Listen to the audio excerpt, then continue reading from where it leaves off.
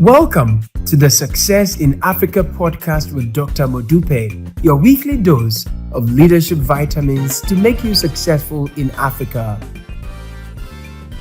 Hello and welcome to the Success in Africa podcast. My name is Dr. Modupe Taylor Pierce, and I am a scholar and practitioner of leadership and organizational development. Simply put, I study what makes people successful.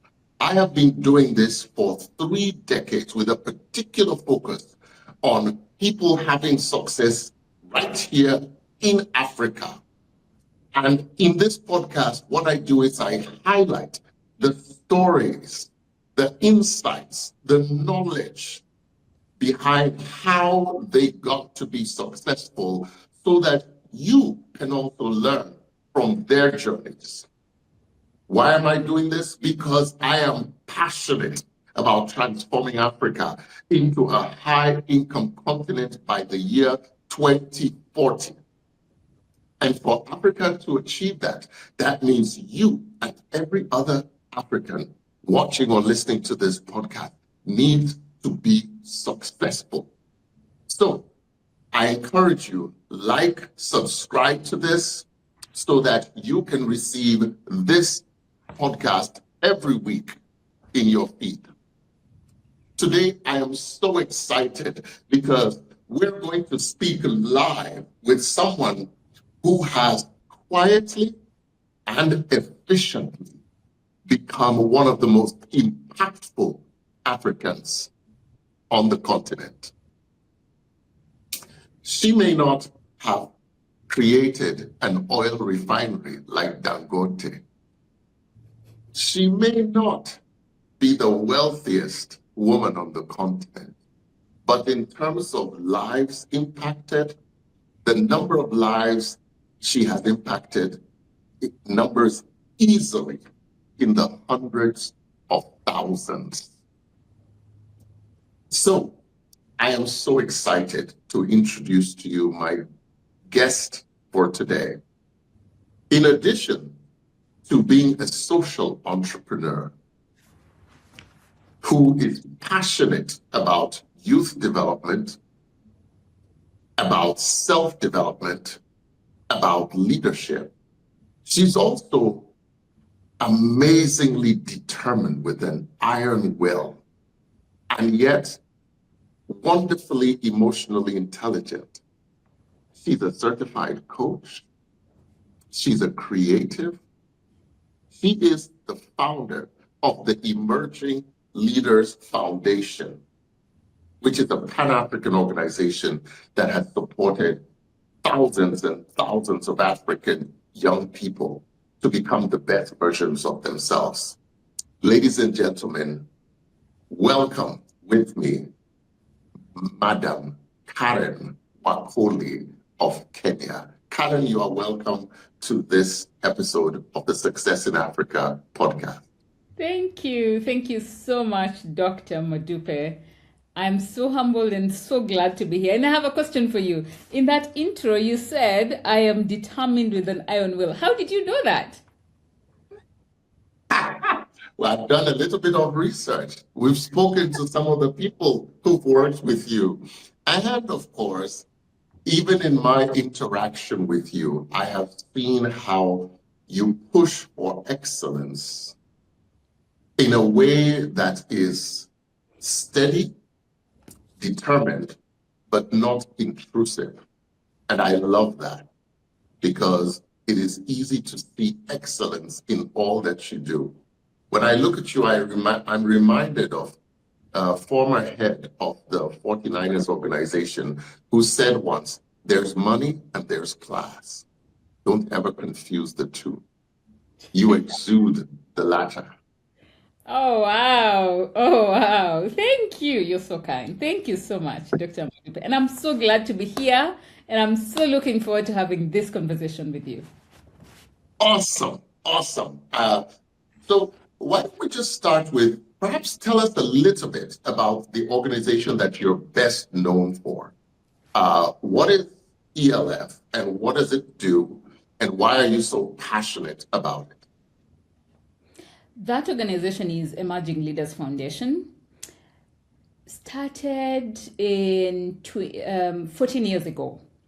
And all Emerging Leaders Foundation does is to nurture values-driven young leaders across the continent for them to thrive and to lead change right where they are, in whatever area they're passionate in, whether politics, governance, private sector, agriculture, farming, education, whatever sector of society young people are passionate in, we get them, nurture them, handhold them, walk with them, and support them to be the best they can be, with the end goal that we are creating a critical mass of values-driven Pan-African leaders who are changing their communities and changing the continent. Because really, the biggest answer to Africa's challenges, Africa's aspirations, is the African population, and especially the young people. And so that is what we do at Emerging Leaders Foundation.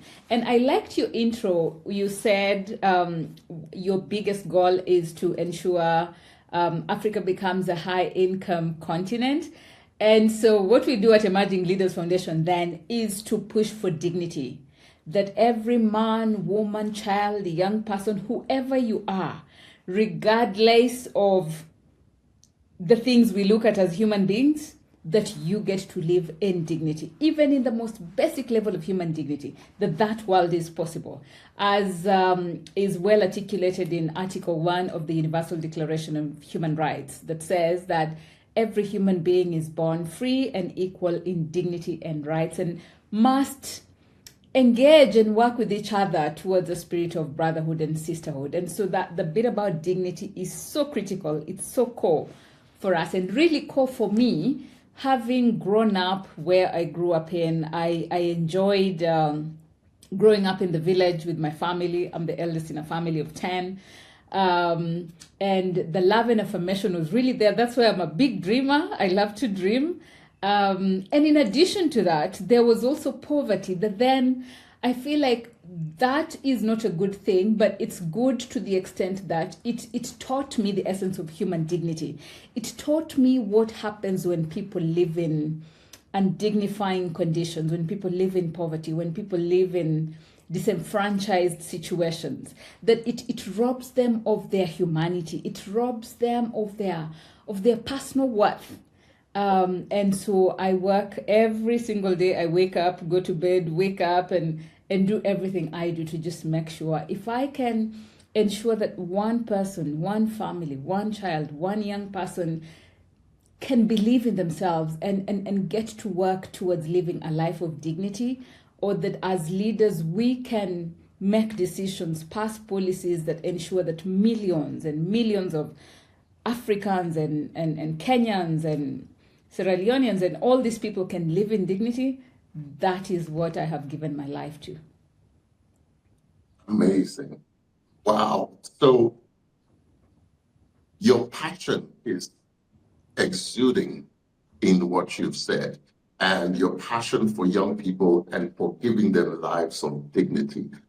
And I love the fact that you equated it to your childhood, because I find in interviewing people, when they are passionate about something, it usually traces back to some moments in their formative years.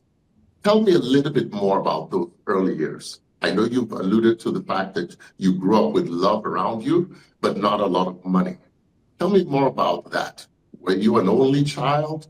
How did you grow up? Wow. Only child, actually, like I said, the eldest in a family of 10. And in an African context, you know what that means. And I'm hoping that later in this conversation that you and I are having, we will come to that, which is parentification, and that what that means and the implications in the life of adults and lives of leaders, and what people can do to set themselves really free and thrive in their lives and live meaningful lives. But yeah, I'm the eldest, and I think, I really deeply enjoy mentorship. I enjoy working with young people. I enjoy coaching. I enjoy moments when I get to meet individuals, whether older or younger, and we get to have conversations about life, about drawing from within, about greatness from within. These conversations just bring me so alive and give life to me, because when I was growing up, I used to think that poverty was it, that poverty creates a ceiling to who we can become and what we can do and how much we can achieve in life. And so challenges around self-esteem, self-worth were so rife. And then in the course of my journey, I got to encounter teachers in schools, in primary school, in high school, elders at church. I got to encounter books. My dad really taught us to read. He loved to read, and he'd give us so many books to read. And some of those books, like Dr. Martin Luther King Jr.'s autobiography, changed my thinking in a big way, and made me realize that, you know what? All we need to be great is to be kind, and everybody can be kind. Everybody can love. Everybody has the ability to love. And so that is what it means, or that's what we need to actually be great people in life. And so those interactions through mentorship, through reading books and having conversations, actually helped me realize that the only limitation ever there is in life is that in the mind. Gender is no limitation. Economic status is no limitation. Race is nothing. Like, there's no limitation other than that limitation in the mind. Remember, the Bible says that as a man thinketh, so is he. As a woman thinketh, so is she. So as we think, we are. And so really that was my childhood. And I keep saying that one of the biggest things I think I ever did in life was in my childhood, and it has carried me through. It continues to carry me through even in this journey, at this point in my journey in my life. And that is the courage to dream against odds. There were challenges, like there are times when we'd be home because there's no school fees, there's no money to pay school fees, or there'd be no food, or you'd want to do something but you can't do it because then parents do not have the money. But I decided not to be limited by that situation or that condition or that circumstance. I decided to dream of a better tomorrow. And so I'm a big dreamer. I love dreaming. And the most amazing thing is that God has answered most of my dreams. And now I'm learning to dream new dreams and dream bigger dreams. And like former Liberian President Ellen Johnson Sirleaf says, that if your dream is not big enough that it scares you, then you're dreaming too small. So I'm learning to dream bigger dreams and work, because dreaming is one thing, but then taking action on those dreams is something totally different. So the ability to dream, I think, for me was birthed in childhood, when I realized that, you know what, I do not have to accept the circumstances as they are as my fate or as the final destination for me and my family. I knew tomorrow would be better. I just didn't know how, but I knew definitely tomorrow would be better. And so I started dreaming. And being the eldest also meant that I was protecting my siblings, taking care of them, being their sounding board and everything. And it's so funny because God has used that to give me my purpose in life. That whenever I am having conversations with young people and all that it's from a place of love. And for me, it comes so naturally, even coaching, even though I went to study to become a coach. I think I was already a coach, from my own journey. And so that also just helps me to draw the lesson that really, spiritually speaking, God does not waste any experiences we go through in life. It's a training point, it's a school, it's a lesson, but it's also preparation, because in later years you get to realize that, oh, I'm glad I went through this because now I embody this character, this habit, or I do things this way. And so it's actually a blessing. Allow me to challenge you a bit. There are thousands of Africans who have grown up with, as the oldest of many siblings. Yeah. There are lots of Africans who've grown up in poverty. There are lots of Africans who have had to take care of their siblings. The vast majority of them don't achieve what you have achieved. Some of them become bitter. Some of them blame their lack of education on the fact that they had to quit school and work to help their others. How did you break that poverty cycle and even that cycle of potential resentment to have so much joy and fulfillment and achievement? Whew, that's a that's a heavy question, Dr. Modupe. Wow. I feel like the easiest thing to do is to give up. The easiest thing to do is to settle. The easiest thing to do is to sit back, throw up your hands, and say, I give up. I think giving up is so easy. But choosing to believe, choosing to have hope, choosing something different is harder, but it's more meaningful, and it's actually the best. But it's harder because it really must draw from within. It draws really, it calls on us to pull up all the energies and the belief and the positivity and the learning we can master again from within. It calls for emotional resilience. It calls for courage.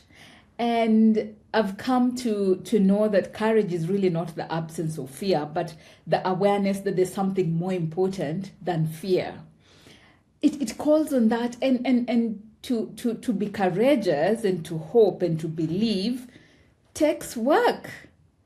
And for some people, if something takes work, then I'd rather walk away. We want things the easy way, but easy come, easy go. I think what is meaningful is, what is our vision? Where are we? Where do we want to get to? Can we pay the price to get there? What would it take? What version of us do we need to become to be able to achieve whatever we want to achieve in life? For instance, you can have a dream, but the version of you now, the version of me now, with the habits I have, are not in alignment with who I want to become. So I have to study it. I have to sit around people who challenge me and my thinking. I have to talk to God. I have to work out. I have to really become that which I want to become before I become it. And that really takes work. And you also asked a question about, what did you call it? Like resentment. I have come to realize that it actually takes inner development work, inner healing, to forgive some of the things that have happened in life, things we caused, things we didn't cause. Like, for instance, you don't get to choose where, which country, which race, which tribe, which part of the country you're born into. You don't choose that. And that comes with certain situations, certain realities. Or you don't get to choose that I'll be a firstborn, a lastborn, a middle child. No, you don't get to choose that. And what somebody said, I think Viktor Frankl in the Man's Search for Meaning, says that for human beings, we have the capacity to choose, that everything else can be taken away from us other than one thing, which is the ability to choose. So for me, I got to a point in my life and discovered that when I took on the role to take care of my family, take care of my siblings, my dad, my mom, it was out of choice, but also out of observing the reality in my family and having conversations with my parents. And then later I discovered that, oh my goodness, this is such an uphill task. It is crazy. Wow. Wow. We're going to talk a little bit more about that and the parentification. But I just want to recap what I'm getting. And there's so much gold that you've given us. Number one, I've learned today that, reading empowers you. Yes. I've learned also that there's no limitation, okay, on a human being except their own imagination. Yes. I've also learned that there's no wasted experience in life. Yeah. And lastly, I've learned that we have to choose to become that which we need to become in order to achieve that which our minds have imagined. Absolutely. This is amazing. Folks, I hope you're learning a few things. In the next segment, we're going to continue with Caren as we talk a little bit more into how she got started with Emerging Leaders Foundation. Thank you so much, Caren. Tomorrow belongs to those people who prepare for it today. See you next week.